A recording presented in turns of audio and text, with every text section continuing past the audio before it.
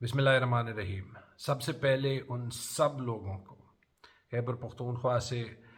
جو کہ پرامن پروٹیسٹ کے لیے اسلام آباد گئے، خراج تحسین، کیونکہ جو وفاقی حکومت کی بربریت، جو ٹیئر گیس، جو ربر بلٹس،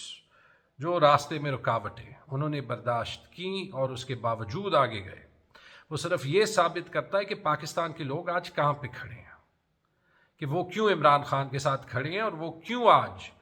قانون کے لیے، آئین کے لیے، اپنے فنڈامنٹل رائٹس کے لیے اور ایک آزاد جوڈیشری کے لیے لڑ رہے ہیں۔ کیونکہ انہی 2 دن نے ثابت کر دیا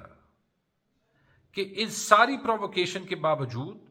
وہ ہر پروٹیسٹر جو پی ٹی آئی کے ساتھ نکلا تھا وہ پرامن تھا،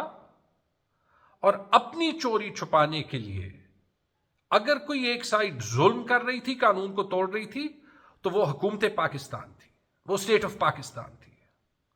اس کے باوجود عوام ڈی چوک پہنچے ہیں ابھی بھی وہاں پہ، اور اس میں خاص کریڈٹ علی امین خان گنڈا پور کو جاتا ہے جنہوں نے وہ پروٹیسٹ لیڈ کیا۔ دوسری بات اور اہم بات، علی امین خان گنڈا پور اس کے بعد چیف منسٹر ہاؤس گئے، اور اس کے بعد کچھ خبریں آئیں کہ چیف منسٹر ہاؤس کا گھیراؤ رینجرز نے کیا ہے۔ اس کے بعد کہ وفاقی حکومت نے علی امین خان گنڈا پور کو اریسٹ کیا، اور اس کے بعد کہ شاید اریسٹ نہیں کیا، لیکن حقیقت یہ ہے کہ علی امین خان گنڈا پور ابھی تک غائب ہیں۔ اور صرف میں یہ نہیں کہوں گا، میرے خیال میں ہر آزاد سوچ کا بندہ یہ فی الحال سوچے گا یا تو وہ ہاسٹج ہے یا وہ یرغمال ہے۔ علی امین خان گنڈا پور کا سامنے آنا امیڈیٹلی ضروری ہے، پاکستان کے لیے ضروری ہے، صرف اس لیے کہ وہ علی امین خان نہیں ہے، وہ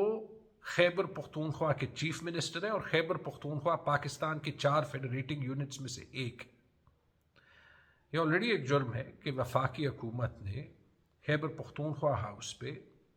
ایک حملہ کیا، کیونکہ وہ خیبر پختونخوا کی ٹیریٹری ہے،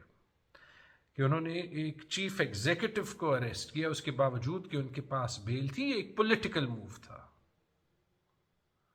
وہ اس لیے کہ کسی طریقے سے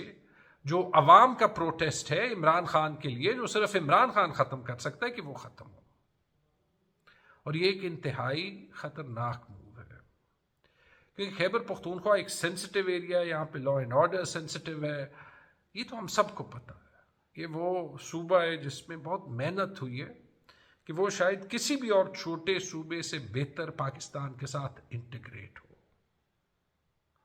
لیکن یہ موو